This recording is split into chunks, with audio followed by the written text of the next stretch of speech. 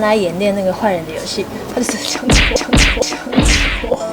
眼睛，然后我就看不见，然后还要。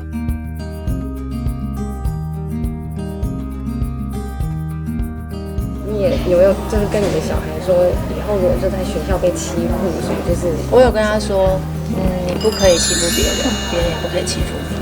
当你真的被欺负，比如我就示范，我这样推他一下，你有觉得不舒服吗？你有觉得是故意的吗？他就会觉得可能是在玩吧。OK， 你有这样想就好，那就没事。可是我就直接推个呆，他就倒在地上。我说那你认为现在有在玩？他说没有。我说 OK， 这就是叫被欺负，请你反击。是啊，妈妈，那我可以打他？当然可以。我说你生命受到威胁的时候，就打到连他妈都不认识他。我说不要客气，然后他就说，可是我说如果人家没有这样，是你主动，你就会被我打死。他就说好。当然不能被欺负啊，可是也不能欺负别人。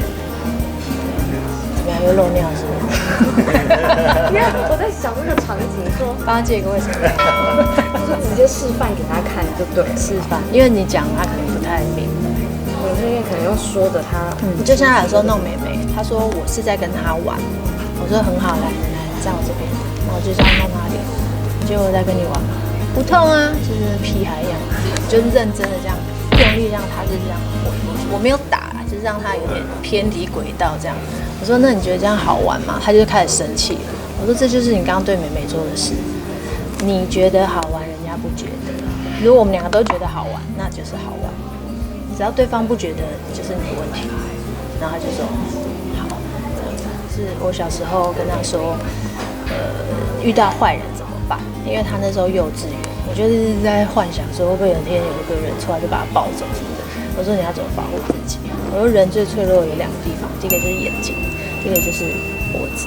我说那你这么小，他说可是抱起来就跟他演练，然后就抱他，他就是脚会乱踢嘛。我说踢得越大力越痛越好，你就是要挣脱那个坏人。之后呢，你就要这样戳他的眼睛，因为他看不见你就可以把他跑走，这样好，就教他。